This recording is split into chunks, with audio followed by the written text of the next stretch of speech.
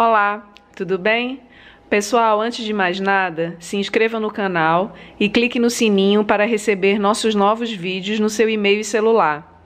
No vídeo de hoje, vamos falar um pouco sobre hérnia de disco, definição e tipos. Ao iniciar a degeneração do disco, podemos evidenciar um abaulamento difuso, início de desidratação, que evolui posteriormente para uma protusão. A hérnia se dá pelo rompimento dos anéis fibrosos, que fazem parte da camada mais externa do disco. Para entender melhor, vamos analisar a morfologia do disco intervertebral. O disco fica entre os corpos vertebrais de cada vértebra da coluna, é constituído pelo núcleo pulposo, que é feito de um gel composto de 82% de água. O gel tem a função de absorver impacto e ajudar a dissipar as cargas. Em volta do núcleo, temos os anéis fibrosos, que têm a função de conter o gel e dar forma ao disco, assim criando um ótimo sistema de absorção de impacto. Seguindo a linha de lesões depois da protusão, temos a hérnia extrusa e a hérnia sequestrada. Causas. Ao ser diagnosticado como hérnia de disco, o médico apenas traça um quadro. Raramente é exposto a raiz da causa da lesão. Isso acontece pois existem inúmeras vertentes de causas, por isso podemos citá-las a título de conhecimento para que se possa preveni-las. Primeira causa: má postura. A má postura é relativa quanto à possibilidade de lesão.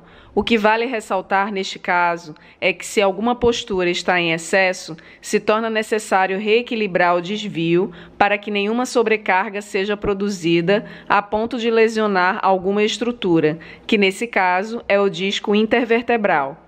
No caso de má postura, o dano ocorre com o passar do tempo, por isso é uma lesão silenciosa que se manifesta na primeira crise. Segunda causa: ergonomia. A falta de ergonomia influencia no aceleramento do princípio anterior.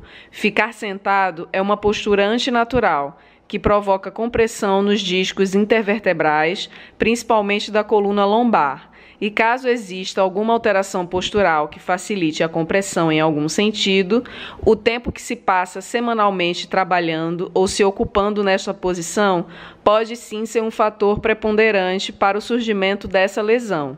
Trabalhos como o de motorista ou que apliquem vibração no corpo do paciente podem provocar o desgaste com o passar do tempo. Terceira causa: sobrepeso. Sim, o sobrepeso pode ser um fator importante a ser analisado. Ele sozinho não cria a lesão.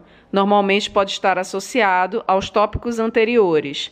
Quando um paciente com sobrepeso e sem lesão alguma já tem algum sintoma de lombalgia, ele pode ser orientado a emagrecer como prevenção do aparecimento de lesões crônicas, como a protusão e a hérnia. Quando o paciente já tem a lesão instalada, emagrecer é uma forma de tratamento complementar.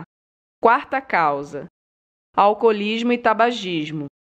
Ambos são vícios que, por si só, já são prejudiciais à saúde como um todo.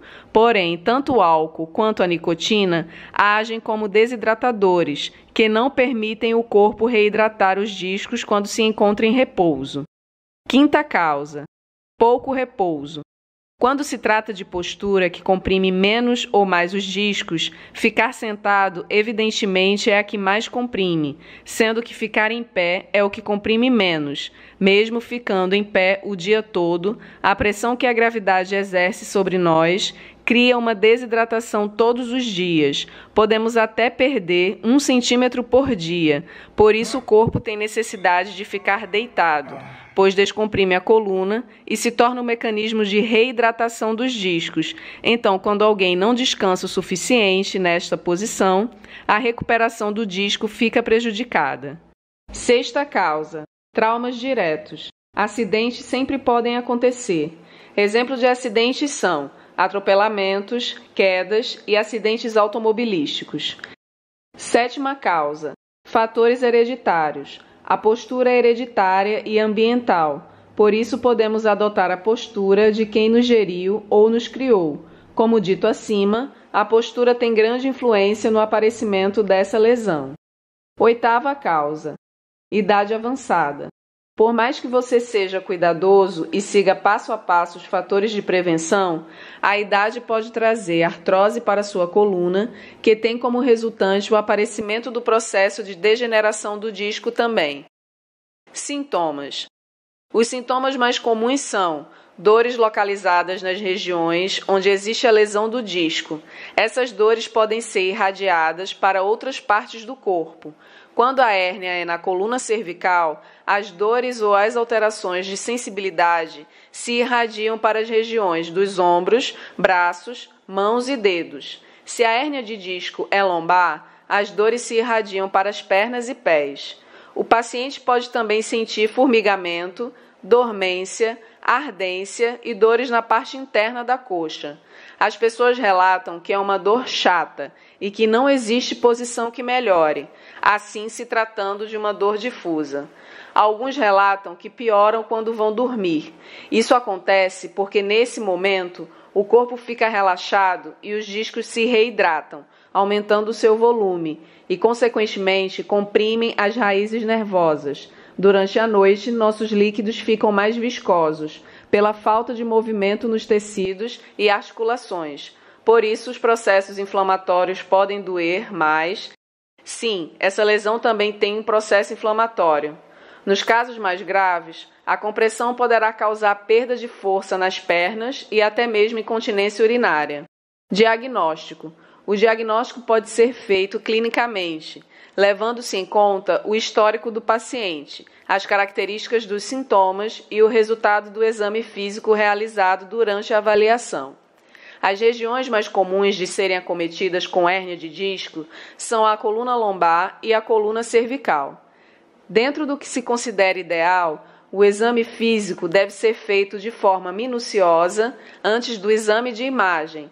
Nesse tipo de exame, é necessário escutar os sintomas do paciente e suas dificuldades no dia a dia. São feitos também testes neurológicos que verificam a qualidade de movimento e sintomas de dor de determinadas áreas do corpo.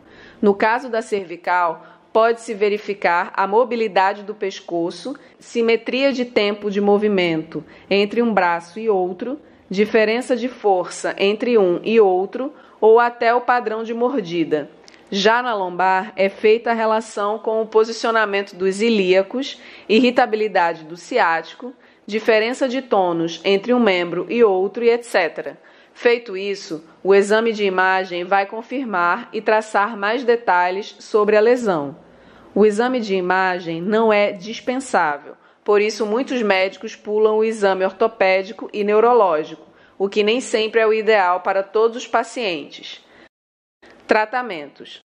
Para melhorar a qualidade de vida de um paciente com hérnia, existem uma série de tratamentos conservadores que criam a possibilidade de conviver com a lesão de forma normal. São eles: RPG, GDS, Pilates, acupuntura, osteopatia e estabilização segmentar. Quando os tratamentos conservadores não surtem efeito, o trabalho da fisioterapia abre espaço para o tratamento cirúrgico. Podemos fazer um vídeo sobre as intervenções cirúrgicas mais comuns e o trabalho da fisioterapia no pós-cirúrgico, e para evitar o aparecimento de novas hérnias para o paciente que já fez a operação. Por hoje é só, pessoal. Caso tenha alguma dúvida, deixe um comentário e lembre-se de se inscrever no canal para acompanhar nossos vídeos. Clique no sininho para receber as notificações no seu e-mail e celular. Tchau!